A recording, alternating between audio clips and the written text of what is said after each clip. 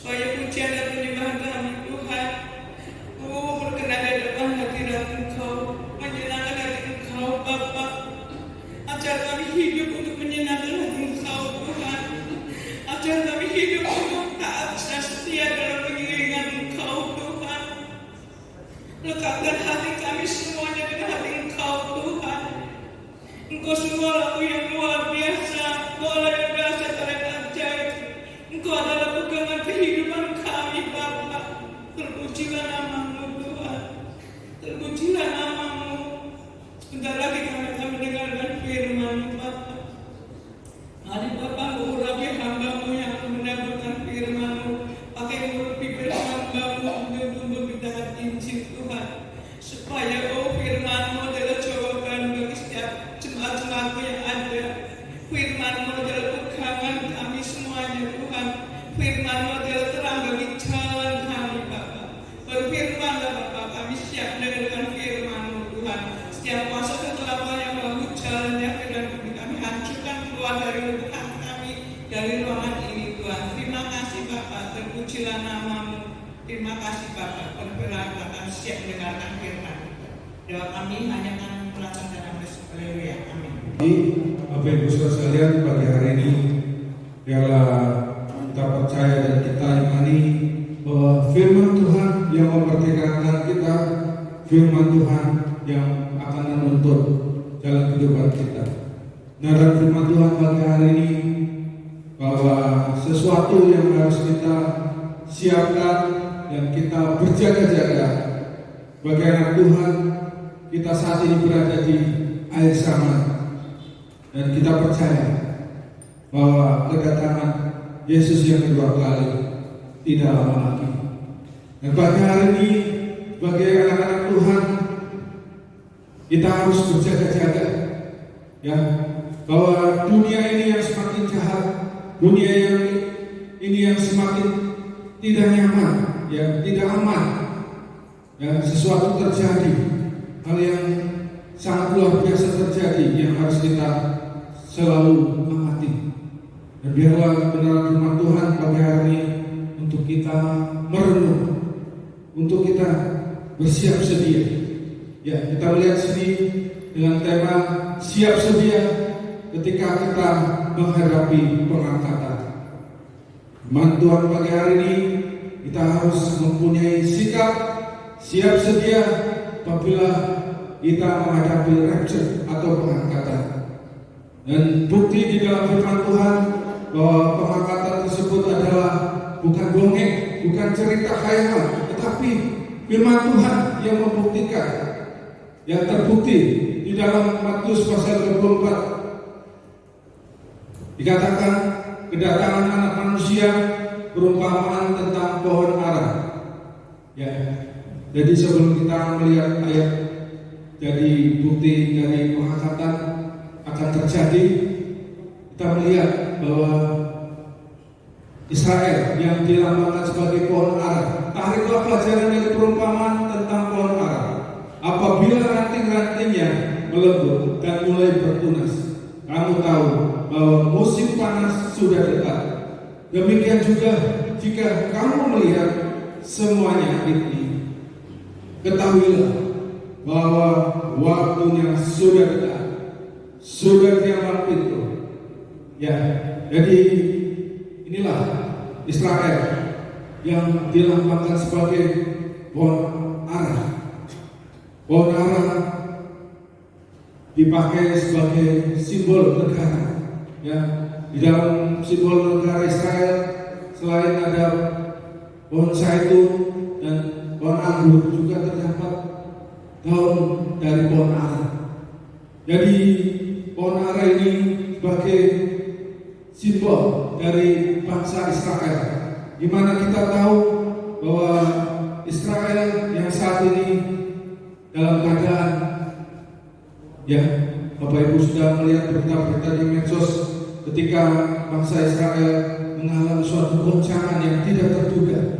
Kita tahu bagaimana sebagai bangsa Israel, sebagai umat pilihan Tuhan, mereka dipilih oleh Allah, mereka juga menantikan Mesias. Dan apabila mereka sudah mengalami hal goncangan-goncangan yang terjadi seperti yang sudah ditulis di Alkitab, bahwa kita saat ini berada di masa-masa generasi yang akan mengalami penggenapan firman Tuhan. Ya, apabila sebelum kedatangan yang kedua kali, ya, kita melihat sini bagaimana gambaran visual apabila pengangkatan terjadi. Misalkan dalam suatu khotbah, ya, seorang hamba Tuhan khotbah di hari Minggu di suatu gereja, kemudian jemaat, ya, mendengarkan, dan kemudian sesuatu terjadi. Ya, kita melihat banyak bangku kursi yang kosong karena mengalami pengangkatan. Ya, sebagian yang tertinggal mungkin panik, sebagian yang tertinggal mungkin ya akan menangis karena tidak terangkat. Ya, tentunya yang tertinggal akan mengalami suatu hal yang sangat tidak menyenangkan, akan teraniaya, akan tersiksa. Bagaimana Roh Kudus, ya, yang tadinya saat ini, Bapak Ibu, saat ini Roh Kudus masih berada di muka bumi, dia masih beroperasi, dia masih hadir pada hari ini di gereja Tuhan di tempat ini. Tapi ketika nanti pengangkatan, Roh Kudus kembali ke surga. Jadi sia-sia apabila kita tertinggal. Ya, ketika kita tertinggal, ya, pasti akan mengalami suatu waktu, ya. Jadi ada masa tribulasi 7 tahun terbagi menjadi 2. Ya, kita melihat sini saat ini kita berada di generasi perjanjian baru gereja Tuhan saat ini. Sebelum mengalami pengangkatan, kita berada di perjanjian baru. Ya, kita sedang menuju pengangkatan. Dan apabila kita tertinggal, kita pasti akan melewati masa antikris. 3,5 tahun awal kesusahan dan 3,5 tahun kesusahan besar, di mana antikris ketika waktu berada di muka bumi dibiarkan Allah untuk menguasai seluruh permukaan bumi. Dia akan menguasai, ya, tentunya yang sebelumnya belum mengalami peristiwa yang belum pernah terjadi sebelumnya, sangat mengerikan, sangat benar-benar, ya, apabila tertinggal, ya, sangat untukkan untuk melewatinya pasti sangat kecil untuk lolos. Jadi bagi orang percaya, marilah kita siap sedia ketika kita saat ini berada di zaman kemurahan Tuhan. Bersiaplah untuk kita mempersiapkan diri, berjaga-jaga. Kita jangan terlena atau kita mungkin menganggap sesuatu hal ini masih tidak akan terjadi atau masih jauh, Pak. Tetapi apabila kita diizinkan Tuhan melihat semuanya, kita sudah siap sedia. Biarlah pagi hari ini kita mulai merenung untuk bagaimana kita mempersiapkan diri masing-masing. Sebab suami istri tentu masing-masing, Bapak Ibu, ya. Jadi firman Tuhan ada yang di ladang, satu tertinggal, satu terangkat. Inilah firman Tuhan. Bagaimana bukti? Juga di 1 Tesalonika dikatakan pasal yang 4, sebab pada waktu datang tanda diberi, yaitu pada waktu penghulu malaikat berseru dan sangkakala Allah berbunyi, maka Tuhan sendiri akan turun dari surga, dan mereka yang mati dalam Kristus akan lebih dahulu bangkit. Ayat yang 17, sesudah itu kita yang hidup, yang masih tinggal, akan diangkat bersama-sama dengan mereka dalam awan menyongsong Tuhan di atas. Demikianlah kita akan selama-lamanya bersama-sama dengan Tuhan. Ya, jadi kita akan diangkat. Inilah bukti bahwa terjadinya pengangkatan yang jadi bukan suatu khayalan, tetapi benar-benar tertulis di dalam Alkitab. Dan juga Bapak Ibu bisa melihat di dalam 1 Korintus, bukti lagi dari pengangkatan akan terjadi Sesungguhnya aku menyatakan kepadamu suatu rahasia. Kita tidak akan mati semuanya, tetapi kita semuanya akan diubah dalam sekejap mata pada waktu bunyi nafiri yang terakhir. Sebab nafiri akan berbunyi dan orang-orang mati akan dibangkitkan dalam keadaan yang tidak dapat binasa, dan kita semua akan diubah. Ya, inilah bukti di dalam Alkitab. Firman Tuhan ya dan amin pasti akan terjadi Bapak Ibu. Jadi mulailah kita serius, istilahnya menjadi Kristen yang tenang. Ya, kita saat ini berada di air sama. Ya, keadaan yang tidak menentu. Kita secara daging mungkin masih ingin tinggal di dunia ini, tetapi kalau Allah izinkan terjadi semuanya, kita sudah siap menghadapi. Biarlah pagi hari ini kita melihat kebenaran firman Tuhan bahwa pengangkatan sebagai orang yang beriman pada Yesus yang masih hidup saat ini akan terangkat, dan juga yang mati yang saat ini di kuburan juga akan bangkit. Ya, kuburan akan terbelah, dia akan terbuka. Ya, cara roh pasti akan terangkat di awan-awan bersama Tuhan Yesus. Jadi ada dua, ya, pengangkatan dengan kedatangan Yesus yang kedua kali berbeda. Jadi Bapak Ibu bisa tidak gagal paham, sehingga ketika Bapak Ibu bisa membaca di Wahyu akan mendapatkan kebenaran yang sudah ditulis oleh penulis firman Tuhan mengenai ada ke depan yang sama. Dan sekali lagi kita jangan termasuk generasi ketika zaman Nuh, mereka mengolok-olok, ya, mengejek-ejek ketika Allah akan menghukum dunia. Di zaman Lot juga, ya. Jadi ketika kebenaran firman Tuhan disampaikan, ya, sebagian orang menganggap, ya, atau mengejek-ejek bahwa sesuatu ini hanya khayalan, ya, suatu hanya imajinasi. Tetapi firman Tuhan dikatakan yang terutama harus kamu ketahui bahwa pada hari-hari akhir zaman akan tampil pengejek-pengejek dengan ejekannya, yaitu orang-orang yang hidup menurut hawa nafsunya. Kata mereka, di mana janji tentang kedatangan itu? Ya, inilah bukti bahwa di akhir zaman banyak mereka yang tidak siap sehingga mereka tertinggal. Ya, biarlah kita mulai menghitung hari dengan baik. Ya, jadi ketika sebagian orang mungkin di zaman akhir ini yang melihat bahwa mungkin setelah pandemi ada aman, tetapi kita tidak tahu apa yang terjadi ke depannya nanti. Ya, dan sekarang kemudian muncul perang, kita tidak tahu akan semakin menyulut, semakin besar, atau akan terjadi perdamaian. Kita tidak tahu Bapak Ibu. Tapi biarlah pagi hari ini, apabila keadaan yang tidak pasti mulai ke depan mulai terjadi sesuatu yang mungkin tidak kita duga, biarlah kita mempersiapkan kita masing-masing untuk menghadapi. Dan sekali lagi tujuan pengangkatan yaitu membangkitkan orang mati dalam Kristus, mengeluarkan semua orang kudus sebelum kesusahan besar, dan menerima pengadilan Kristus. Kita menerima pengadilan Kristus bukan kita didakwa atau dihukum, dihakimi, tapi kita akan menerima upah yang sudah kita kerjakan selama kita masih hidup di muka bumi ini. Jadi kita yang terakhir diubahkan tubuh kemuliaan, tidak ada air mata, tidak ada kesakitan, tidak ada suatu hal yang membelenggu dalam hidup kita, tapi kita menerima tubuh kemuliaan. Dan kita melihat kembali bahwa dunia yang sudah menuju kebinasaan ini, kita sudah bisa untuk mempersiapkan diri dalam menghadapi apabila terjadi peristiwa pengangkatan.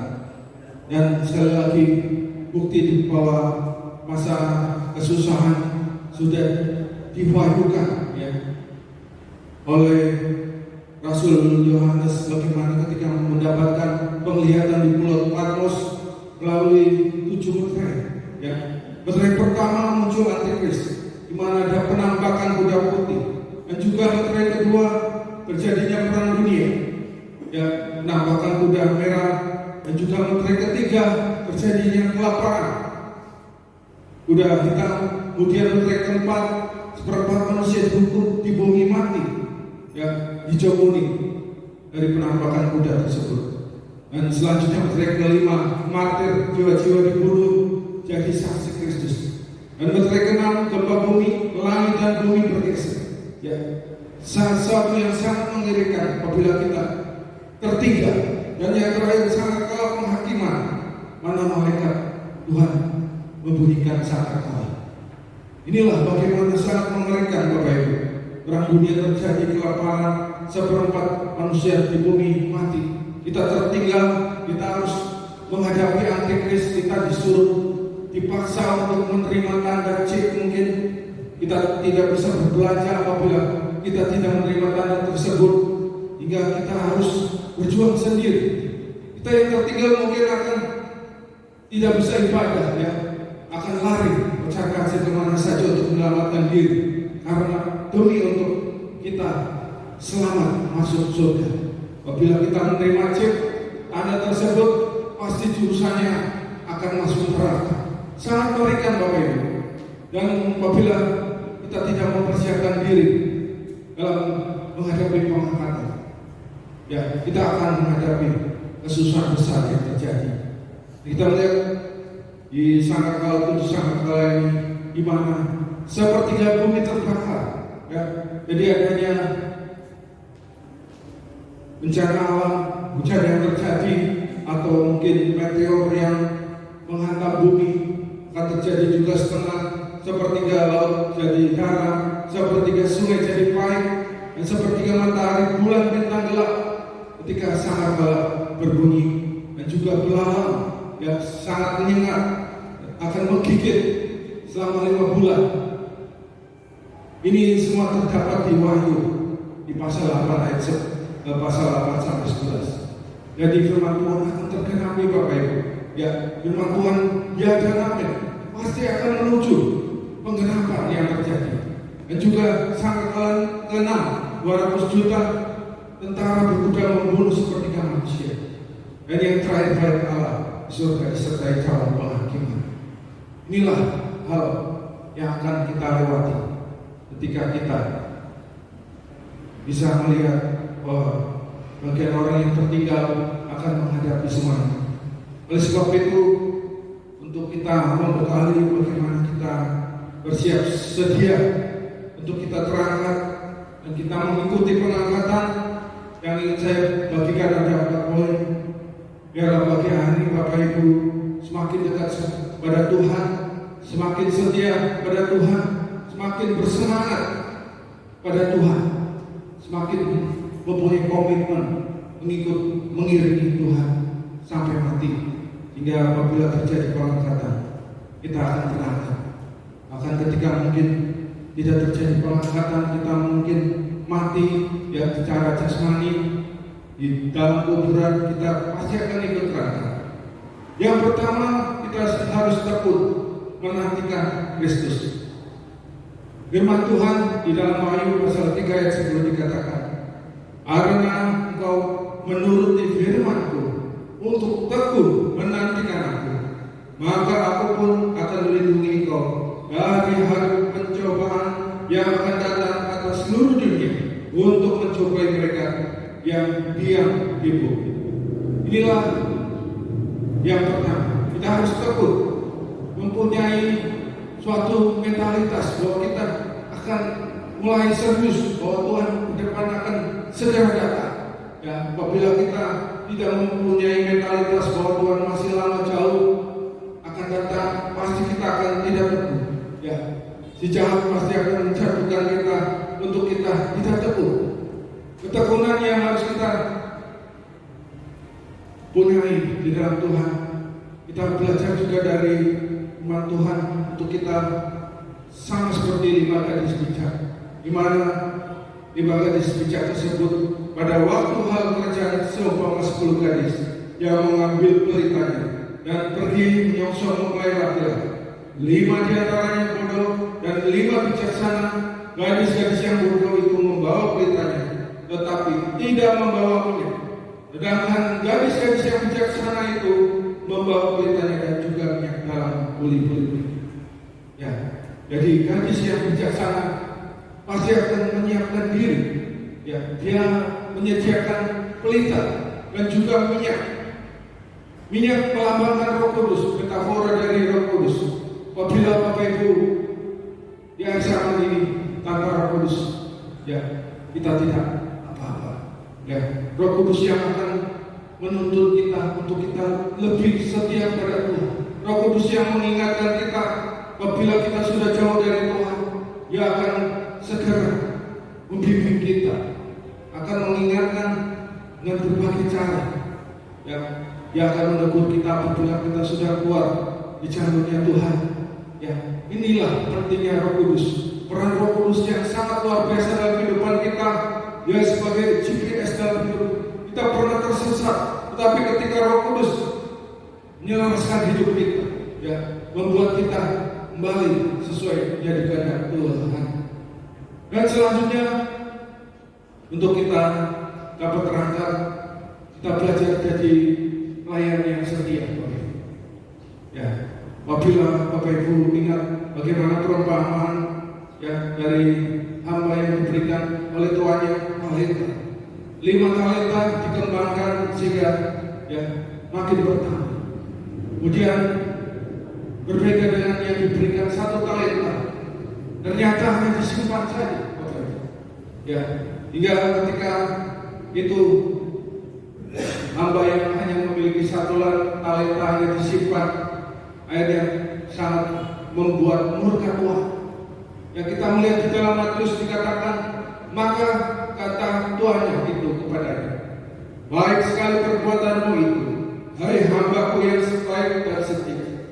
Engkau telah setia memikul tanggung jawab dalam perkara yang kecil. Aku akan memberikan kepadamu tanggung jawab dalam perkara yang besar. Masuklah dan turutlah dalam kebahagiaan Tuhan. Ya, sangat indah ketika kita mengikuti pengangkatan. Ya, ketika Allah Bapa di surga menyambut kita dan Yesus akan berkata, hai hambaku yang setia, selamat datang. Ya. Ketika kita sudah diberikan talenta masing-masing, kita tahu apa yang Tuhan taruh dalam kehidupan kita. Ya. Jadi setiap kita pasti Tuhan sudah memberikan talentanya masing-masing. Ada yang bisa bermain musik, ya, ada yang bisa bernyanyi, ya, ada yang bisa mempunyai talenta untuk dengan suara, ya, sehingga bisa menjadi berkat bagi orang lain dalam memotivasi atau memberi penguatan hal yang baik yang positif. Ya. Ada talenta yang untuk menabur, memberi, ya, dan banyak hal talenta-talenta yang sudah Tuhan taruh dalam setiap orang percaya. Dan ketika nanti ya sama, ya, ketika kita menghadapi pengangkatan, ya, Tuhan sudah akan melihat hamba-Nya yang setia, yang sudah diberikan talenta dan mengembangkan dan mempergunakan untuk memuliakan Tuhan. Dia akan berkata bahwa hamba-Ku yang baik dan hamba-Ku yang setia, engkau sudah sampai di sini dengan baik. Engkau sudah finishing well, mencapai garis finish dengan baik, dan sangat jadi kebanggaan dari Sang Pencipta kita. Dan biarlah pagi hari ini Bapak Ibu, untuk kita terus menggunakan talenta yang Tuhan sudah berikan kepada kita untuk memuliakan nama Tuhan. Bukan untuk pendeta, untuk gereja, tetapi semuanya dipakai untuk memuliakan nama Tuhan. Kita percaya bahwa kehidupan kita yang sudah Tuhan percayakan dalam talenta kita masing-masing, semua untuk hormat kemuliaan Tuhan. Ya, jadi ada teman Bapak Ibu pelayanan di Vietnam. Beberapa hari yang lalu saya sering hubungi dia, dan kebetulan dia merencanakan untuk pembangunan gereja di Vietnam. Di mana itu? Di daerah Vietnam adalah daerah yang sangat, ya, Bapak Ibu tahu bahwa negara Vietnam adalah negara komunis dan tidak bebas untuk beribadah. Jadi gereja berdiri harus diregistrasi kepada pemerintah. Dan kebetulan teman saya ini menikah dengan orang Vietnam, ya mempergunakan talenta, meskipun untuk menjadi pendeta di sana sangat tidak mungkin, susah, karena pasti akan melewati birokrasi yang luar biasa dan sangat kansnya kecil. Tapi hambanya yang setia tetap ya untuk melayani menjangkau jiwa-jiwa yang belum mengenal Tuhan. Dan saya juga mempunyai terbeban untuk menjadi ketua untuk rencana di tempatnya dalam pembangunan gereja sekitar kurang 7x16, mana saya akan menghubungi alumni-alumni yang betulan sudah jadi Bapak Ibu. Mereka diberkati Tuhan, mereka pasti akan tergerak untuk menolong ya pelayanan di sana, di mana melayani bukan orang kaya Bapak Ibu, tetapi melayani suku-suku yang minoritas ya, yang menengah ke bawah. Mereka hanya bertani ya, taninya hanya kopi Vietnam atau gurek dari Vietnam. Dan saya diajak ke sana suatu saat, pasti saya akan ke sana. Jadi talenta yang sudah diberikan ya tidak akan didiamkan saja atau dikip yang dipegang lalu sudah menunggu mati atau menunggu aja. Tapi selagi masih hidup, masih diberikan kekuatan untuk melayani, tetap mempergunakannya dengan sebaik mungkin dan maksimal, dan semuanya untuk kemuliaan nama Tuhan, bukan untuk kemuliaan manusia, tapi mempermuliakan nama Tuhan. Itu yang sungguh luar biasa. Dan yang ketiga, yaitu kita harus menuju hidup tidak bercacat dan bercela atau disempurnakan.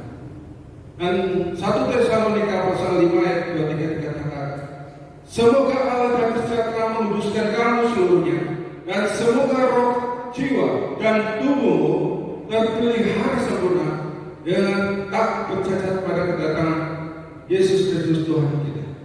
Inilah bahwa kita menuju kesempurnaan, dan melalui Roh Kudus yang akan menolong kita menjadi sempurna seperti yang Tuhan kehendaki.